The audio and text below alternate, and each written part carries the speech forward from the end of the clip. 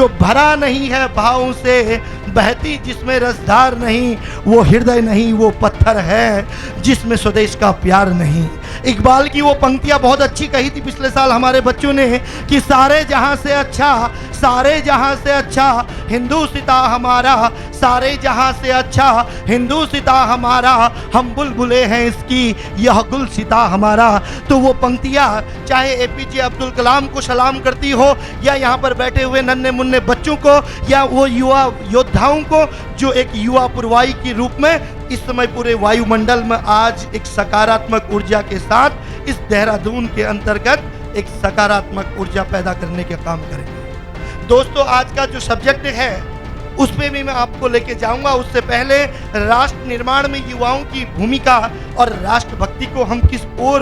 तरह से समझते हैं, उन बातों की ओर भी जाएंगे, और वर्तमान देवभूमि उत्तराखंड के जो स्थिति और परिस्थिति है उससे भी आपको रूबरू कराएंगे। और मैं कहना चाहता हूं कि इस समय देहरादून में लगभग जो 1.25 करोड़ लोग हैं वो किस तरह से हमारी युवा पीढ़ी को आगे बढ़ाने के लिए प्रयत्नशील हैं, और किस तरह से पर्वतीय अंचलों के छोटे छोटे कस्बों से, गांवों से आके जो लोग देश का प्रतिनिधित्व कर रहे हैं, चाहे वो जल सेना में हो या थल सेना में हो, वो रॉ चीफ के रूप में हो या रेलवे के चेयरमैन के रूप में हो, वो संगीत से लेके स्वर तक और शुरू से लेके ताल तक, वो शिक्षा से लेके वो एक अच्छे वक्ता तक, एक प्रवक्ता से लेके तकनीकी शिक्षा हो या चिकित्सा शिक्षा या पैरामेडिकल के क्षेत्र में हो या स्पोर्ट्स के, वो हिंदुस्तान की भूमिका में एक स्वर्णिम इतिहास बनाने का काम करे। दोस्तों, मैं कहना चाहूँगा कि आज इस टॉपिक को आगे ले जाने से पहले हमारे भैया बहनों के अलग अलग विचार हैं, और मैं पूर्व की भांति भी कहना चाहूँगा कि हमारे भैया बहनों के अंदर वो सारी ताकतें, वो सारी ऊर्जाएं होती हैं। अंतर केवल इतना होता है कि कोई किसी क्षेत्र में आगे होता है, कोई किसी क्षेत्र में, लेकिन समय रहते हुए अगर इस ऊर्जा का सही इस्तेमाल इस वायुमंडल के लिए हो जाए तो ये वायुमंडल में एक पुरवाई की तरह बहेगी, और जो पुरवाई बहती है वो सबको अच्छी लगती है, और तूफान की तरह अगर कोई संकट खड़ा हो जाए तो ऐसी ऊर्जा भी कभी देश के काम नहीं आती। दोस्तों, मैं कहना चाहूँगा कि आज इस समय हिंदुस्तान का इतिहास अगर 100 वर्ष 1000 वर्ष पुराना देखें, अगर हम प्राचीन भारत की बात करें, अगर हम मध्यकालीन भारत की बात करें, अगर हम वर्तमान भारत की बात करें, तो प्राचीन भारत के उन लोगों ने देश के लिए जिस तरह से अपने आप को बलिदान किया, उस समय देश बलिदान मांगता था, आज देश बलिदान नहीं मांगता है। लेकिन उस तरह से जिस तरह से लोगों की भारी युवाओं की संख्या में चाणक्य के एक आह्वान में चंद्रगुप्त विक्रमादित्य समेत अनेक नौजवान देश के लिए समर्पित हो गए, और उन्होंने हिमाद्री तुंग तंग से विशुद्ध शुद्ध भारती जैसे शब्दों का आह्वान करके देश के लिए समर्पित हो गए। वहीं पर यजुर्वेद और अथर्ववेद के माता भूमि पुत्रोहम पृथ्व्याम या गौतम बुद्ध के वो वाक्य, जहां पर अप दीवो भव की धारणा को स्वयं दीपक के माध्यम से जल के समाज को प्रकाश करने की बात कही गई है, उस समय देश के लोगों ने और देश के युवाओं ने देश की अखंडता और देश की एकता के लिए समर्पण का भाव रखा। हिंदुस्तान का इतिहास गवाह है कि यहाँ पर हिंदू, मुस्लिम, सिख, ईसाई, हर मजहब का, हर वर्ग का व्यक्ति देश की एकता के लिए एक माला के रूप में अपनी अखंडता को पूरे विश्व में प्रज्वलित करता है। आज लोग बेचैन हैं कि हिंदुस्तान कैसे टूट जाए। आज लोग बेचैन हैं कि विश्व का सबसे बड़ा युवा राष्ट्र जो 65% से अधिक युवाओं को संबोधित करता है या युवाओं को लेके चलता है, ऐसे राष्ट्र को खंडित कैसे किया जाए। तो हमको उन बातों पे भी जाना पड़ेगा कि विश्व पटल में जब चाइना, अमेरिका, ताइवान, कोरिया, दक्षिण साउथ से लेके नॉर्थ तक और मुट्ठी भर जो देश उत्तर प्रदेश के बराबर नहीं कर सकते हैं, हिंदुस्तान के ऊपर अगर उंगली उठाने का काम करते हैं, तो HERR में पढ़ने वाले भैया बहनों का क्या काम होना चाहिए, उस बात पे भी हम डिस्कस करेंगे। मैं कहना चाहता हूं कि इस समय IT हो या सूचना संस्कृति हो या सभ्यता, हर ओर हिंदुस्तान का युवा अग्रसर है, लेकिन चंद कारणों की वजह से देश पतन की रास्ते पे भी और जा रहा है। क्योंकि कहते हैं कि इतिहासों के वो पन्ने हमेशा एक समेट के रूप में समेटे जाते हैं, और जहां पर युवा शक्ति फौलाद के रूप में हवा में उड़ जाए, वहां पर वो एक वायु वेग बन जाते हैं। तो उस वायु वेग को बनने से पहले तो कक्षा 12वीं के बच्चे यहाँ पर बैठे हैं, कक्षा 10th, 9th, 8th के भैया बहन जो यहाँ पर बैठे हैं, उनको कुछ बातों को आत्मसात करना पड़ेगा। दोस्तों, इस समय विकट परिस्थिति देश के लिए सबसे बड़ी ये है कि 21वीं सदी में जहां पैदा होते ही बच्चा मोबाइल चलाने लग जाता है, जहां पैदा ही होते ही हमें संस्कृति सभ्यता से लेके गूगल बाबा तक के दर्शन हो जाते हैं, बच्चे को बिना बताए यूट्यूब की सारी जानकारियां मिल जाती हैं, वहीं पर अगर क्रांति का, सोशल मीडिया का सही इस्तेमाल ना हो तो वो कहीं ना कहीं इस देश के लिए संकट भी बन सकता है। सोशल मीडिया के माध्यम से जहां एक और तकनीकी की ओर हम अग्रसर हैं, हम बैठे बैठे पूरे इतिहास को जान सकते हैं, हम विश्व को एक मुट्ठी में ला के खड़ा कर सकते हैं। अगर सही समय पर कुछ बातों का आत्मसरण नहीं करना पड़ा तो आने वाली आपकी जो पीढ़ी होगी, आने वाला जो हमारा समाज होगा, उस पर प्रश्न चिन्ह लगना स्वाभाविक है। आज स्थिति यह है कि हम हर ओर आगे हैं, लेकिन समस्या फिर भी कहाँ खड़ी है। हम लोग कई तकनीकों के बारे में, संविधान की बात करते हैं, कई लोगों के प्रश्न होते हैं कि सर ऐसा क्यों नहीं होता। भारतवर्ष अगर युवा देश है, अगर भारतवर्ष संस्कृति सभ्यता के मामले में एक है, अगर भारतवर्ष हिंदू मुस्लिम सिख के ईसाई के रूप में, भाई भाई के रूप में भारत माता के गले की माला बन सकता है, तो हम SGRR में बैठे हुए बच्चे इस उत्तराखंड को ही नहीं, देश को एक नई दिशा दे सकते हैं। दोस्तों, जो हालात आज जम्मू कश्मीर के हैं, जो कन्याकुमारी से लेकर उत्तर भारत तक के हैं, उस पर भी थोड़ा सा मंथन करना पड़ेगा, क्योंकि जिस तरह से कुछ अलगाववादी देश के युवाओं को भटकाने का काम करते हैं, कुछ राजनीतिज्ञ देश में राजनीति के नाम पर युवाओं को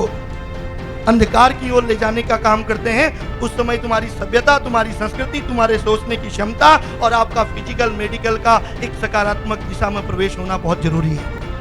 मैं कहना चाहता हूं कि आज पाकिस्तान लगातार, जब से आपने देखा, कई उनके पाकिस्तान के प्रधानमंत्री बन चुके हैं, कई लोग हिंदुस्तान को जम्मू कश्मीर से अलग करना चाहते हैं, कई लोग ऐसे हैं जो हिंदुस्तान को नस्तानाबूद करना चाहते हैं। आज भी सरहद के पार कुछ लोग ऐसे हैं जो हिंदुस्तान के तिरंगे को नष्ट करना चाहते हैं। मैं कहना चाहता हूं, जिनकी औकात नहीं उत्तर प्रदेश के बराबर, वो हिंदुस्तान को मिटाने की बात करते हैं, जिनके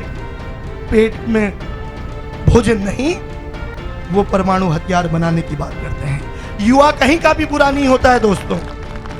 युवा न चाइना का बुरा है, न पाकिस्तान का, न अफगानिस्तान का, लेकिन बुरा वो समाज है जो समाज के युवाओं को भटकाने का काम करता है। लेकिन मैं कहना चाहता हूं, वो व्यक्ति विशेष कोई भी हो जो भारत की अखंडता को तोड़ने का काम करेगा, उसको हमारा युवा कभी नहीं बख्शेगा। और जिसका एग्जाम्पल आपने बॉर्डर में खड़े हुए उन योद्धाओं को देखा है, जो कुमाऊं रेजिमेंट से लेकर गढ़वाल रेजिमेंट तक, और जो भारत की तमाम रेजिमेंट में पूरे भारत की रक्षा के लिए मट मिटता है, वो कभी क्षेत्रवाद, जातिवाद की बात नहीं करता है, वो कभी ऊंच नीच की बात नहीं करता है। और मैं सलाम करता हूं ऐसे अपने फौजी भाइयों को जो देश की अखंडता के लिए भी इस समय -डिग्री टेम्परेचर हो, सियाचिन हो या कारगिल बॉर्डर, चाइना बॉर्डर हो या पाकिस्तान बॉर्डर, वो वहां पर देश की अखंडता के लिए -डिग्री में मर मिटता है। हम कहते हैं कि उन बच्चों के लिए, उन योद्धाओं के लिए जो हमारे इस बीच में बैठे हैं और 2 साल बाद NDA, CDS, एयरफोर्स में जाएंगे। मैंने कहा है, कोई देश की सेवा आर्मी में जाके करेगा, कोई लेखन के रूप में, कवि के रूप में अपनी बातों को सार्वजनिक करने का काम करेगा, कोई स्पोर्ट्स से लेकर तकनीकी में इस देश की सेवा करेगा। राष्ट्र के निर्माण में हर व्यक्ति की अलग भूमिका होती है, लेकिन बात सिर्फ इसलिए की जाती है कि 1965 का वो युद्ध, वो उत्तर भारत के उन तमाम योद्धाओं की वो बलिदान, और अगर हमने प्राचीन भारत की बात करी तो मध्यकालीन के भारत के उन योद्धाओं के, जिसमें एक मेवाड़ के छोटा सा राजा जो घास और फूस की रोटी तो खाना पसंद कर लेता है, लेकिन हिंदुस्तान को झुकने नहीं देता। तो ऐसे महाराणा प्रताप जैसे योद्धा जिस देश में पैदा हुए हो, स्वामी विवेकानंद जैसे लोग जिन्होंने विश्व में भारत का डंका बजाया हो, APJ अब्दुल कलाम जैसा व्यक्ति जिसने मिट्टी कंकड़ पत्थर में बैठ के आसमान में उड़ने का हौसला रखा, जिसने अभाव में रख के इतिहास बनाने का काम किया, अगर इस देश में पैदा हो सकते हैं तो इस समय इस विद्यालय में बैठा हुआ बच्चा अपनी गति को सकारात्मक क्यों नहीं बदल सकता। कोई अपने करियर को ये सोच लेता है, हम डॉक्टर बनेंगे, इंजीनियर बनेंगे, कुछ अलग CA बनेंगे, लेकिन कोई सोचता है कि मैं अपने देश के लिए कुछ करूँगा, क्या करूँगा? कोई नहीं सोचता। सब सोचते हैं लेकिन बाद में डर जाते हैं कि मेरी जान चली जाएगी। कोई नहीं सोचता। बट मैं उनको ये याद दिला रहा हूँ, हमने कविता तो सुनी है, यह जन्मभूमि मेरी, वह मातृभूमि मेरी, वह स्वर्ण भूमि मेरी, वह कर्ण भूमि मेरी, ऊंचा खड़ा हिमालय आकाश झूमता है, नीचे तले चरण पर नीचे सिंधु झूमता है, गंगा यमुना त्रिवेणी जहर रही है, पग पग छजा निराला, पग पग जहर रही है। क्या आपको इस लाइन का, इस पोएम का मतलब पता है कि जिस माँ ने हमें जन्म दिया है, जिस माँ की मिट्टी से हम खेले पले हुए, जिस माँ ने हमें अनाज दिया है, क्या हमने उस माँ को, जो उसने हमें इतना कुछ दिया है, उसके लिए हम कुछ करें? हमने कुछ किया है उसके लिए? क्या सोचा है? यहीं से हमें सोचना चाहिए, इस युवा को यहीं से सोचना चाहिए। हमें अपनी माँ के लिए कुछ करना है। उसने जितना कुछ हमें दिया है, उसके बदले उसके लिए जो पोल्यूशन हम देते हैं उसको साफ रखें उसको। कि हम सब में नेगेटिविटी है, this is truly correct, negativity है। हर चीज को नेगेटिव वे में लेना हम लोगों की आदत बन चुकी है, ये हम सबको पता है। अब हम ये मतलब नेट है, ऑब्वियसली बात है, हर कोई सोशल नेटवर्किंग साइट में होगा, फेसबुक, व्हाट्सएप, इंस्टाग्राम वगैरह वगैरह, इन सब में अपना सब टाइम वेस्ट करते हैं। कि हम इस चीज को पॉजिटिव वे में नहीं ले जा सकते, क्योंकि यहाँ पर बात युवा की है, युवा निर्माण की है। तो हमें अपना योगदान देना है कि हम किस तरीके से अपने देश को आगे बढ़ा पाए। क्यों हम अपना टाइम ये फेसबुक वगैरह इन सब चीजों में वेस्ट कर रहे हैं? गूगल, जिसे हम सब मानते हैं नॉलेज गुरु, हम चाहें तो उसमें अपनी जितनी भी क्वेरीज हैं उसे सॉल्व कर सकता है। मैं साइंस स्टूडेंट हूँ, बट मेरा हिस्ट्री में बहुत इंटरेस्ट है, आई रियली लव हिस्ट्री। लेकिन साइंस एक ऐसा सब्जेक्ट है कि जिसमें ऑब्वियसली बात है हमें टाइम देना ही पड़ता है। 3 मैं ट्यूशन जा रही हूँ, बिल्कुल भी टाइम नहीं है, बट हाँ इतना है कि हम कुछ टाइम निकाल के, क्योंकि इतना भी अब टाइम रहा नहीं कि बिल्कुल टीवी में जाके हम न्यूज़ देखें, न्यूज़ करें। जितना टाइम होता है वो हम कर लेते हैं, बट कुछ चीज़ें हम अपने गूगल से भी ऑब्वियसली बात है देख सकते हैं। जो चीज़ हमने टॉपिक देख लिया, हम उसके बारे में सर्च आउट कर सकते हैं, कुछ भी कर सकते हैं। तो एक चीज़ तो ये हो गई कि हमें हर चीज़ को पॉजिटिव वे में लेके जाना है। दूसरी बात ये है कि इंस्टेड ऑफ हम किसी चीज़ का मजाक उड़ाएं, किसी चीज़ को एक लाइटली वे में लें, हमें उसे एक अच्छे तरीके में लेना ये हमारे लिए काफ़ी आवश्यक बन चुका है। क्योंकि हर चीज़ को हर कोई लाइटली ले लेता है। एग्जाम्स है, अरे क्या हुआ, बाद में पढ़ लेंगे, कुछ नहीं होता, कुछ भी है। मैं अगर अपना बताऊं तो इतना ज़्यादा मैं बहुत टाइम तक तो पढ़ती हूँ नहीं, लेकिन फिर भी जितना है हमें अपने हिसाब से अपना बेस्ट देने की कोशिश करनी चाहिए। ये नहीं सोचना चाहिए कि हम इतने मार्क्स नहीं ला सकते, we are not a good scorer. ये हम अगर सोच के बैठ जाएंगे तो हम कुछ नहीं कर सकते। अभी यहाँ पे बहुत सारे बच्चे हैं जो कुछ ना कुछ बोलना चाहते हैं, जिसके मन में ऑब्वियसली बात है किसी ना किसी की बात सुन के कुछ ना कुछ कहने का मन हो रहा होगा। तो ये एक स्टेज है, एक प्लेटफॉर्म है अपने आप को एक्सप्रेस करने का। किस तरीके से हम अपने व्यूज को एक्सप्रेस करें। सबके मन में कुछ ना कुछ बातें हैं, डरिए मत, हिचकिचाइए मत, कहिए, अपनी बात कहिए, क्योंकि हर चीज से, हर बात से कुछ नया पता लगता है। कोई पुरानी बात हर कोई बोलता है, हर कोई, सब जानते हैं कि हर किसी के मन में हम एक इंसान ऐसे हैं कि जिसके दिमाग में हमेशा कुछ ना कुछ तो चलता ही रहेगा।